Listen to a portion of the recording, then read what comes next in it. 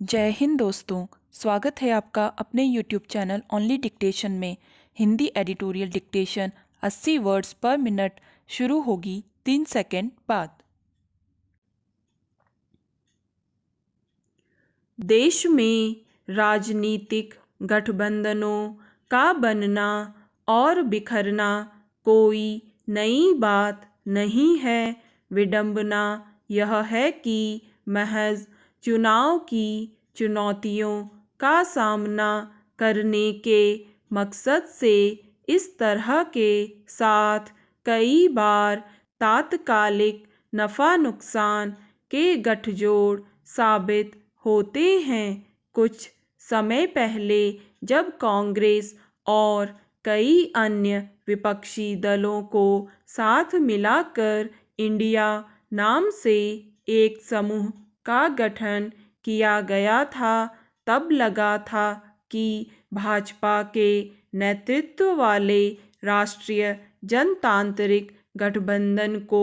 आगामी आम चुनावों में खासी चुनौती मिल सकती है, मगर उससे पहले ही नए बने विपक्षी गठबंधन में कुछ दलों की ओर से जिस तरह की जद्दोजहद चुनावी सीटों की संख्या को लेकर खींचतान देखने में आ रही है, उससे यही लगता है कि इस समूह में सिद्धांत के आधार पर साथ आने की सहमति शायद नहीं बन पाई है, बल्कि इसमें शामिल कुछ दलों पर फिलहाल अपनी सीटें बढ़ाकर राजनीतिक शक्ति बढ़ाने की मंशा हावी है। गठबंधन में शामिल कुछ दलों के बीच स्पष्ट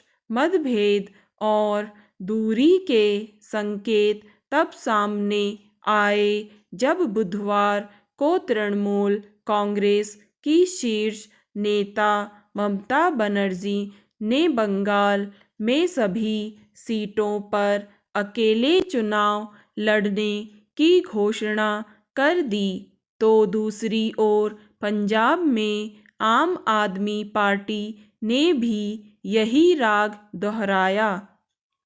दरअसल राहुल गांधी की भारत जोड़ो न्याय यात्रा के बंगाल में आयोजित किए जाने के बारे में शिष्टाचार के नाते भी सूचित नहीं करने से लेकर कांग्रेस की ओर से अपने कई प्रस्ताव ठुकरा दिए जाने के दावे के साथ ममता बनर्जी ने एक तरह से अपनी नाराज़गी छिपाई नहीं। उन्होंने सख्त भाषा में यहाँ तक कह डाला कि मुझे इस बात की चिंता नहीं है कि देश में क्या किया जाएगा। बंगाल में तृणमूल कांग्रेस एक धर्मनिरपेक्ष पार्टी है और वह अकेले ही भाजपा को हरा देगी। जाहिर है यह नए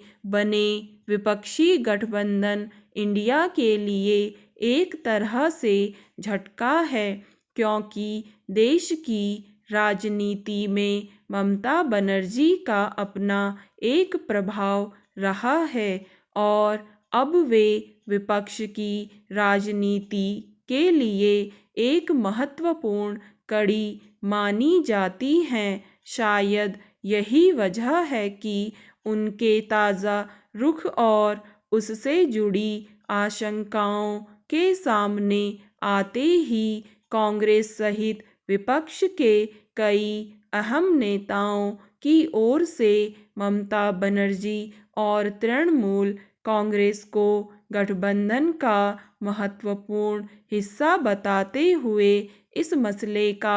हल निकाल लेने की बात कही गई है, मगर इसके अलावा भी खबर आई कि गठबंधन में शामिल आम आदमी पार्टी के नेता और पंजाब के मुख्यमंत्री ने राज्य की सभी 13 लोकसभा सीटों पर अकेले चुनाव लड़ने की बात कही है। स्टॉप।